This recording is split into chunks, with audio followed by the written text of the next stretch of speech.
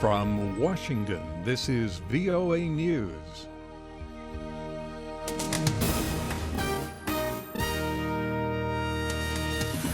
I'm David Forrest reporting the U.S. president defends his Iran agreement. Barack Obama says the Iran nuclear accord represents the world's best means of ensuring that Iran does not get a nuclear weapon.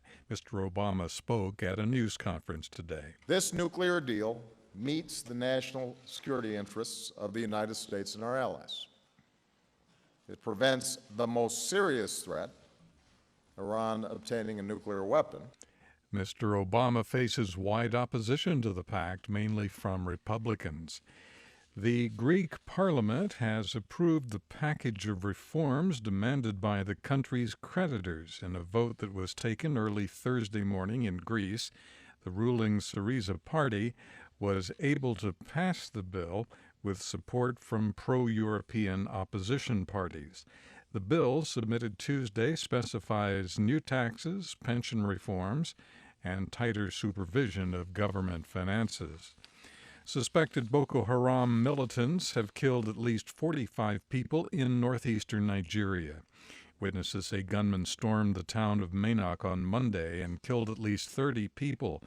The gunmen set fire to hundreds of houses, and one report said some of the dead were burned beyond recognition. Late on Tuesday, gunmen attacked the village of Warsala on the border between Borno and Yobe states.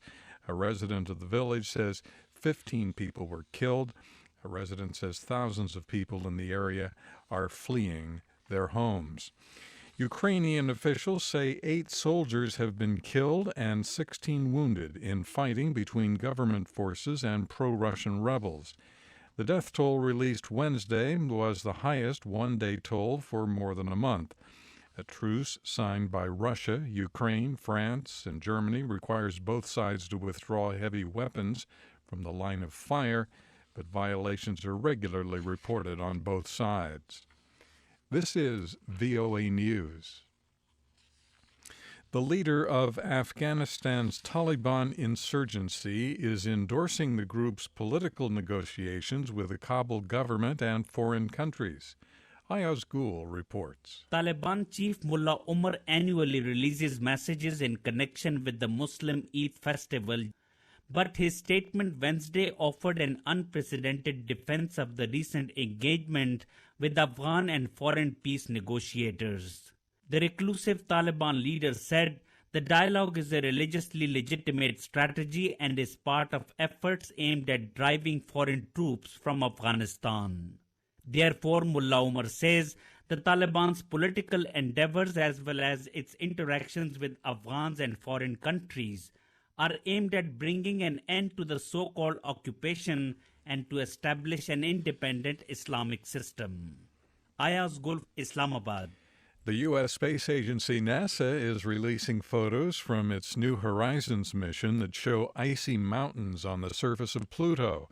Scientists also have revealed images that show remarkable new details of Pluto's moons, Hydra and Charon. The images were taken by the spacecraft as it sped past the dwarf planet on Tuesday. The head of the U.S. Central Bank says increased congressional supervision of the Federal Reserve could reduce its independence and hurt the economy. Fed Chairwoman Janet Yellen spoke at the contentious hearing of the House Financial Services Committee Wednesday.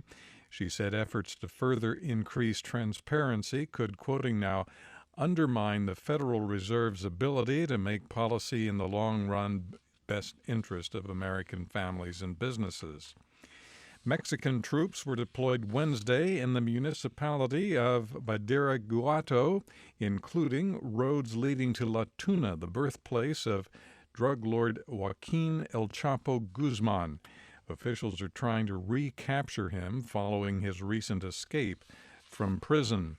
A German court Wednesday sentenced a 94-year-old former Nazi officer to 4 years in prison.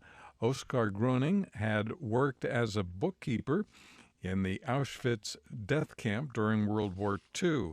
The court found him guilty of more than 300,000 counts of being an accessory to murder. China's economy grew at a slightly faster than expected pace in the last quarter.